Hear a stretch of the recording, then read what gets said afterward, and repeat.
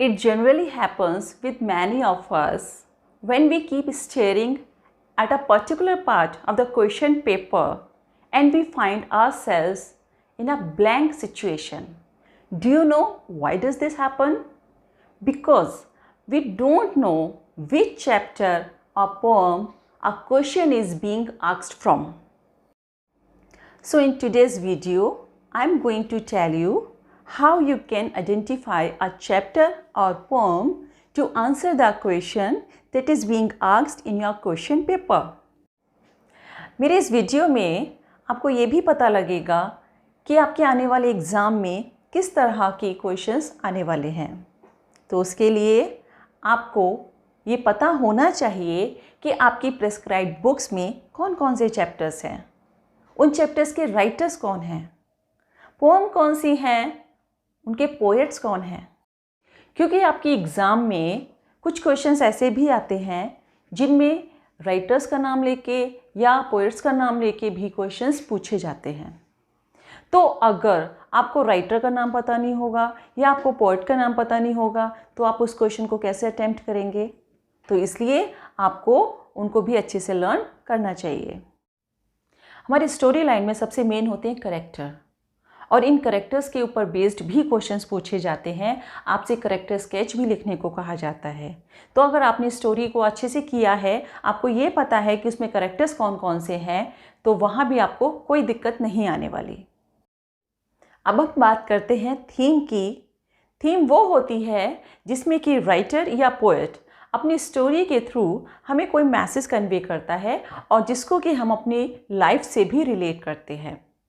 और ये theme based questions जो होते हैं वो आपके लॉन्ग क्वेश्चंस में आते हैं। तो अगर आपको किसी भी चैप्टर की थीम पता है, तब अपने आने वाले एग्ज़ाम में आने वाले क्वेश्चंस को आप अच्छे से आइडेंटिफाई कर सकते हैं कि वो किस चैप्टर से है। आपके एग्ज़ाम में प्लॉट बेस्ड क्वेश्चंस भी आते हैं। अब आप पूछेंगे कि ये प्लॉट क्या होता है। तो प्लॉट वो होता है कि जब किसी स्टोरी में किसी प्लेस को मेंशन किया जाता है, उस स्टोरी में कौन कौन से कैरेक्टर्स हैं और उन कैरेक्टर्स के साथ साथ किस तरह स्टोरी लाइन आगे बढ़ती है, किस इवेंट के बाद कौन सी इवेंट होती है। तो it is basically a collection of events. किसी भी चैप्टर या किसी भी पोएम में कुछ सर्टेन कीवर्ड्स होते हैं जिनके थ्रू हम उन चैप्टर को या उन पोएम को इजीली आइडेंटिफाई कर सकते हैं। तो आपको उसकी अच्छी नॉलेज होनी चाहिए। आपको उस चैप्टर को या पोएम को थोरोली पढ़ना चाहिए so that you can easily attempt that question in your exam. आपके चैप्टर्स में कुछ फ्रेजेस भी दिए होते हैं, पोएम्स में भी होते हैं। तो आपको उन फ्रेजेस पे भी ध्यान देना होगा कि वो फ्रेजेस किस चैप्टर से हैं और किस पोएम से हैं। आपके चैप्टर में किसी किसी कैरेक्टर की कोई स्टेटमेंट बहुत ही इम्पॉर्टेंट प्लेस होल्ड करती है, तो उस स्टेटमेंट के थ्रू भी क्वेश्चंस आ जाते हैं। तो अगर आपको ये पता होगा कि वो स्टेटमेंट किसकी है, ये बात किसने बोली, तब आप उस क्वेश्चन को अटेम्प्ट कर सकते हैं। और भी बहुत से फैक्टर्स हैं जिन पर बेस्ड आपके क्वेश्चंस एग्ज़ाम में आते हैं। तो उनमें से एक और है इडियम्स। इडियम्स मीन्स मुहावरे। तो अगर आपकी इडियम्स पर अच्छी पकड़ है, आपको उनकी अच्छी नॉलेज है, तो भी आप अच्छे से क्वेश्चन को अटेम्प्ट कर पाएंगे। आपको प्रोवर्ब्स की भी अच्छी नॉलेज होनी चाहिए।